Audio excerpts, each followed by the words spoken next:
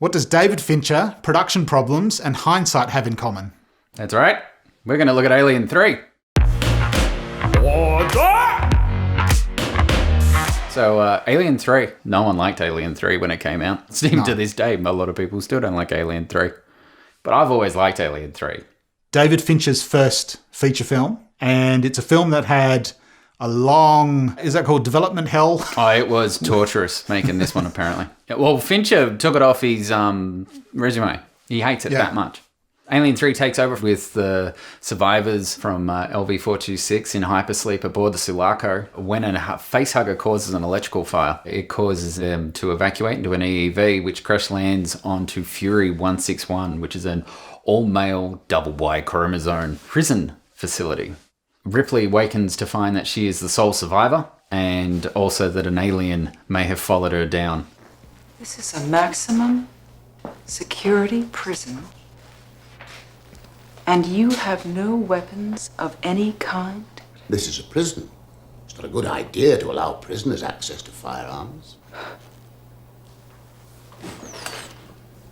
And we're fucked. Could you imagine how boring it would have been if she woke up and there's an alien here, and they went, no, it isn't. And it was just her sitting around for 2 hours waiting to be picked up. So we've got Sigourney Weaver. Charles Dance is in it. I mean, that's pretty awesome. It's got Tywin Lannister himself, Charles Dance, in it as the Dr. Clements. And he's a great character. It's a shame he didn't make it further. No. Charles S. Darton's great as Dylan. He's the leader of the prisoners. He's the only character in this entire series that stands up to an alien. Fuck you. There's also Paul McGann from Withnail and I. We were that close because you've got Paul McGann and Ralph Brown, who are both in Withnail and I know they tried to get Richard E. Grant for the Doctor role. Fincher wanted to get him to reunite those three because he was a fan of Withnail and I. But you've also got like Pete Postlethwaite. Pete Postlethwaite shows up in it. Yep. But he doesn't do much. He doesn't have much of a role in it. He's sort of there. He doesn't have many lines. He just kind of is there in the background a bit.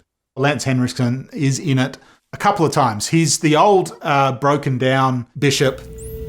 I like your new haircut. Who's used to read a log from the ship, and then he comes in at the end as a company man to try and get the alien. It's a very British cast. Part of this movie's problem is, especially in the theatrical, but not so much in the extended cut, is it's a lot of similar looking dudes with the same accent, except for the one Jamaican guy. Man, this stuff stinks. And they all look the same and they all sound the same because it's all very British. He was a wanker. Wanker! Sugar? No thanks. Milk? Just a little, please. Part of people's problem with this film is people wanted aliens too. They wanted more of that, and they didn't get it. It would have run the risk, if those characters who survived from the aliens was just in this, it could have just been just the same thing again, which I think was part of the reason why they wanted to change it, because they didn't want it to be the same. And at least this way, it does have a difference between all three films. They are quite different. Different scenarios, different setup, different people. Ripley's the common factor in all of it. And yeah, so it does have that trilogy element, which doesn't repeat itself too much. Other than Ripley and the alien. I mean, that obviously. See, whereas after Aliens, people were like, I want smart guns, I want Password, I want Colonial Marines, I want all these sort of things. And I think that's what they were expecting, not some moody, dark, nihilistic film that basically just tears everything to shreds. Because the first one is, the mood is what it's all about, because it's not very military related. It's a horror film. It's just, it's a really moody film. The second one is just an all-out action film, awesome horror action film. And then the third one, is really dark. But again, it's different. So I think it's valid and warranted in the trilogy because of its difference and its place. That's it. I don't think it has the same mood and atmosphere of the first two. It doesn't have that same feel. It doesn't have all the cool little computer sounds that the other two do. Yeah, the computer sounds in this are a bit too modern. They're sort of just... It just doesn't have all those...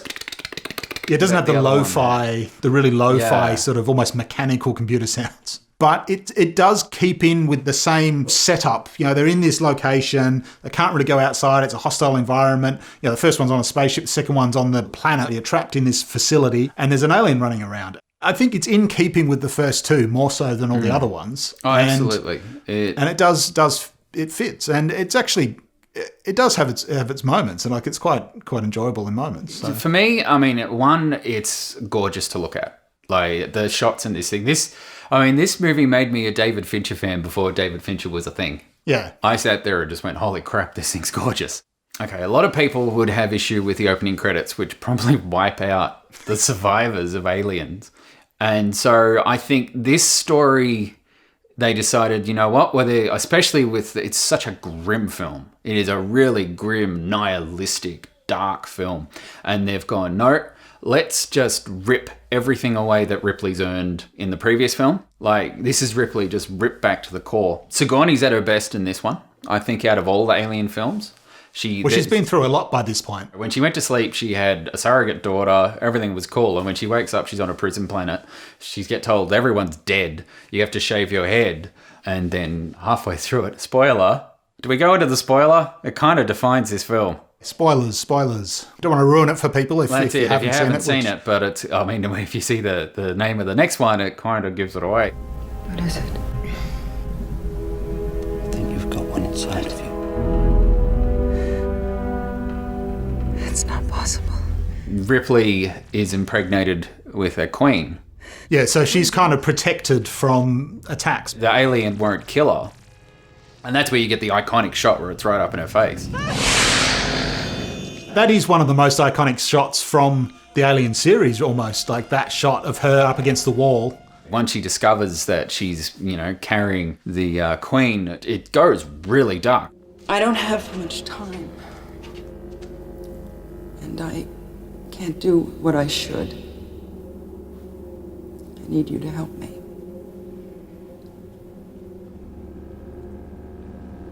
I need you to kill me. And wipe out the whole universe. It has to die. So somebody has got to kill me. But she's awesome in it. I mean, it's Ripley's last stand. Alien 3 for me was the final chapter in the trilogy. Alien is the first chapter where they find this thing. Aliens is your big main act 2. And Alien 3 is where it ends. And that's where it should have ended. I would say it's not as good as the first two, but given what's come since, in hindsight, it is a lot better than what's come since. And you have to look at it and go, well, actually, yeah, it does fit in with those first two films. I am a diehard Alien fan. The Alien series is kind of like that X that you just can't shake, no matter how many times they come back. You want to think they've changed and you end up getting kicked in the guts. The first two, and okay, the third, that's all you really needed. And I think it's the business of Hollywood wants to keep on making things if there's a profitable franchise to leverage. And so they just keep on doing stuff. Fans do tend to go into that whole thing of, I want to see the backstory. I want to see where it all came from. What's the history of this and history of that? But I think, as we saw, in my opinion, with Star Wars, that kind of destroys things. Like, oh, yeah. I liked it better when it was just they found a crashed ship with these eggs in it. Yeah. And that's what the original 3 were. And now I know it was made by some prissy robot that fucking decided to fuck around with some things because he wanted to be a creator. Whatever. Fuck off. It does have a lot of things going for it. It's just, I think, just the production differences of opinion, the Hollywood system messing about with it, and it just was a mess, unfortunately. So, I mean, it could have been better, but it does have a lot of good things going for it. So what have we got going for it? Cool shots. It's got an Elliot Goldenthal score that I think is one of his best. Yeah. I love the score in this one. So it's got great visuals, great music, incredible performances. Yeah, it's got a good cast. It's got a good cast. It's not at all scary. No. Oops. And unfortunately, I think it was just misunderstood when it came out. Yeah. Thanks. That's what we think of it. What do you think of it? I mean, I'm sure there are more than a few people that went, this movie was a steaming pile of shit. What are you talking about? But at the same time, let us know. Write it below in the comments. Have you seen it? Have you seen the assembly cut? What do you think of the extra half hour and whether it padded it out or did it make it a more solid film? It'd be interesting to know if hardcore fans of Aliens, what do they think of this, and just your general movie-going audience, what do they think of it? I don't think they think of it much anymore. No. No. Thanks for watching this episode of Below the Title. If you'd like to see more, please like and subscribe, and don't forget to click that little notification so you know when we deliver more of this gold.